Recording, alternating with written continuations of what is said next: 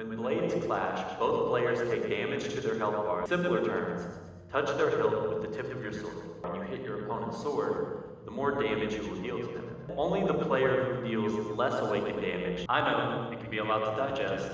Trust me, we're almost done with the hard stuff. I said that? Oh, we're not even close. Oh well.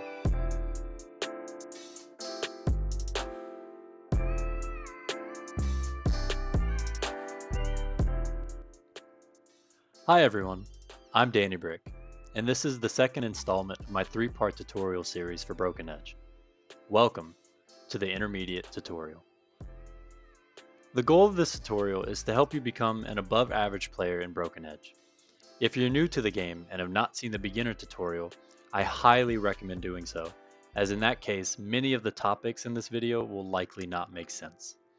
If you're not new to the game, then I hope this tutorial can help you become a better player. We're not going to waste any time, but first, here's an outline of what we're going to be covering today.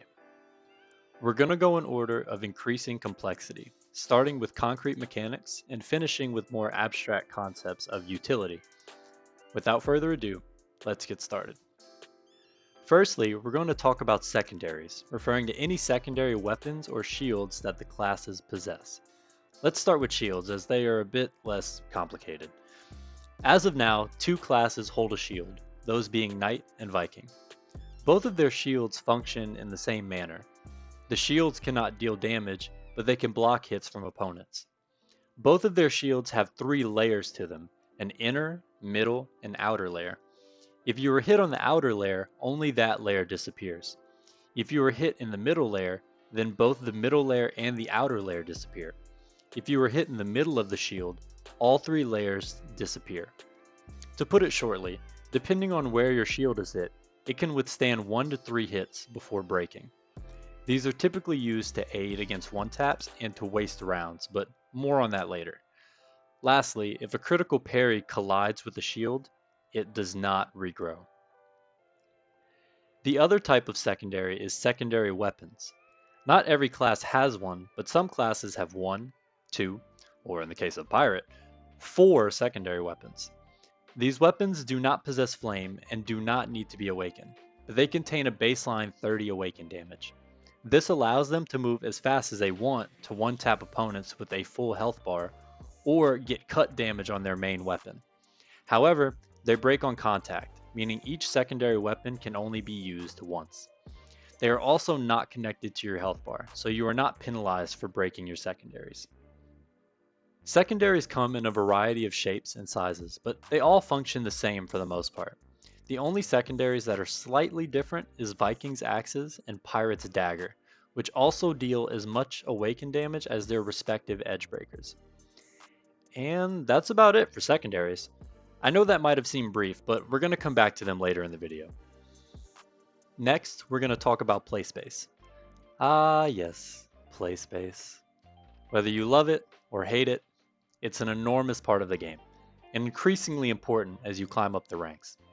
Broken Edge is unique because you do not move around with an analog stick, but rather your real-life movement is what moves your character in-game.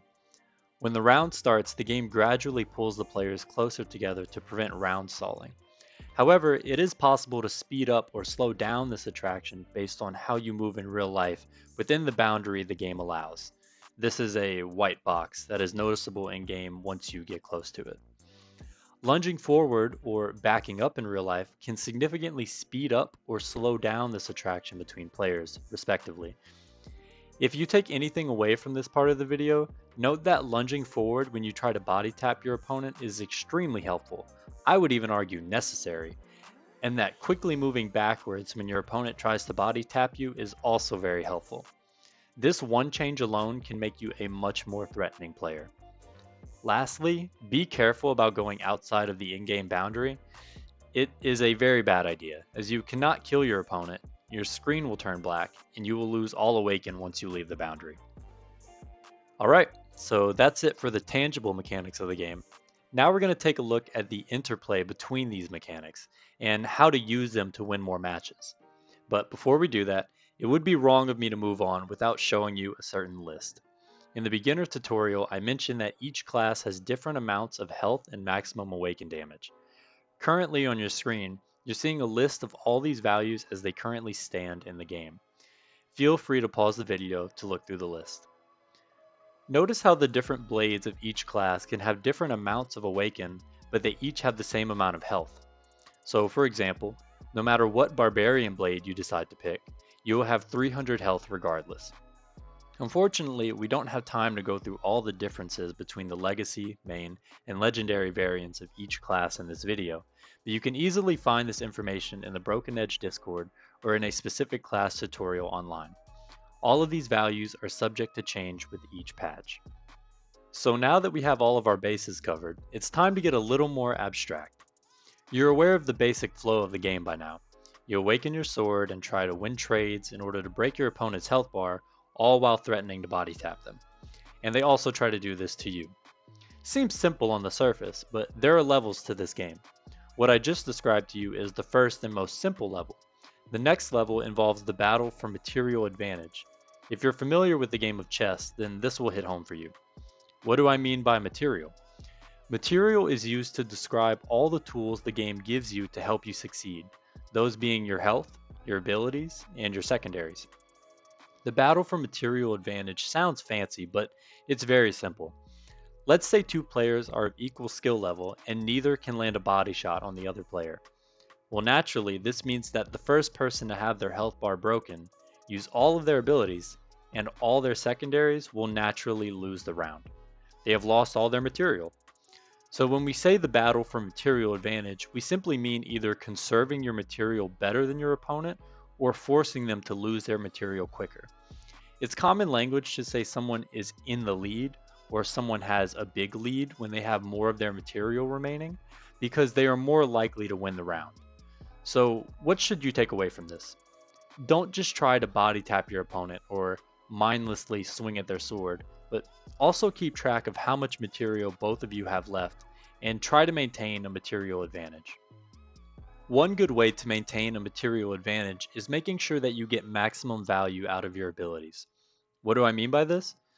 Essentially, just using your abilities in a way and at a time that maximizes the utility you gain from them. An example of not getting maximum value from your abilities would be activating your ward when you have a full sword and your opponent has a critical parry active. The likelihood of them stabbing you is very slim because of how much longer your sword is, so popping your ward during that interaction would likely waste at least one of the ward turns. Using your abilities as optimally as possible is super helpful when trying to gain or maintain a material advantage. Here are a few rules to follow regarding optimal ability usage. 1. Always use second wind before critical parry. There is no situation where using your critical parry first makes sense, because you run the risk of your sword being shattered before you can use your second wind. This potentially wastes an entire ability. 2. Do not use Edgebreaker if your opponent has their ward up, especially if 2 ward turns have already passed. If their ward is up, they can easily tank your Edgebreaker hit with their ward, effectively nullifying your Edgebreaker. If 2 ward turns have already passed, then their ward will deactivate after the next interaction anyway, so using your Edgebreaker then would be a complete waste of an ability. 3. Saving your ward until you have a critical parry is ideal because it will give you at least 2 chances to block with your parry. However, if you can justify a good enough reason to use it sooner than that, don't hesitate to. Ward is more flexible with its use. 4. Edgebreaker does not have an optimal use. It is highly situational. If rules aren't your style, then just take this to heart. Use your abilities in a way that makes logical sense. The more you waste them, the higher likelihood you fall behind on material. Not only do abilities have optimal uses, but so do secondaries. Take shields for example. They don't do damage, but they can take hits, so logically what would they be good for? They're good at wasting ward turns.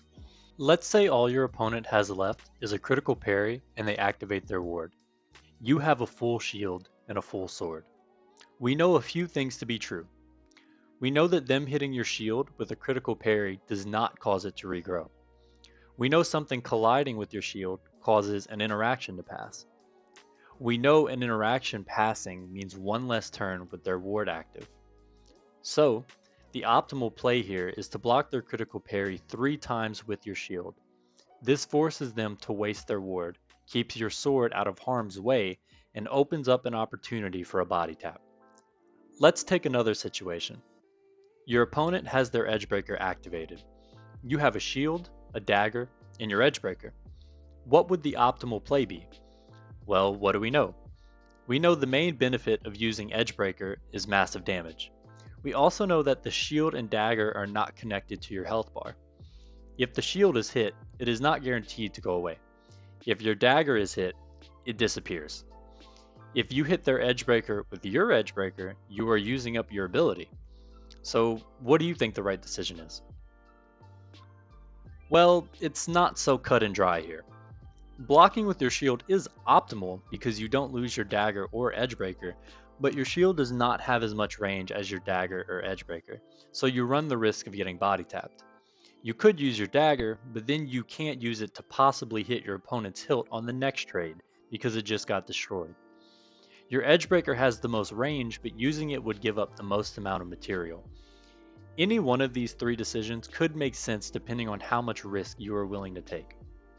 If you're wondering why I didn't choose one of the 3 options, in this situation I evaluated that because of the high amount of health Knight has, and because of the low maximum awaken that Legacy Duelist has, my most favorable and least risky trade was one in which the material I gave up was a small fraction of my health, rather than giving up a secondary or an ability. Split-second decisions like these show perfect examples of material trade dynamics, situations where you are trading material with your opponent, but trying to do it in a way that benefits you the most. These 2 scenarios arise quite frequently in game, but you will run into other scenarios where you have to think on the fly in order to minimize your material loss or force maximum material loss for your opponent. Before we end off, you have to keep in mind that all this talk about material advantage is assuming that no body shots are connecting. All it takes is one body shot to end the round, so if you can't defend yourself from those, then all of this talk is for nothing. So make sure to back up when someone lunges at you, and always watch the low shots. They can hit you farther down than you think. And that's it for the intermediate tutorial. The topics discussed today should be helpful to those around 1600 to 2000 ELO at the time of this recording. The next tutorial will be the advanced tutorial, which will cover even more in-depth concepts that will be useful to players 2000 ELO and above. See you guys in the next tutorial.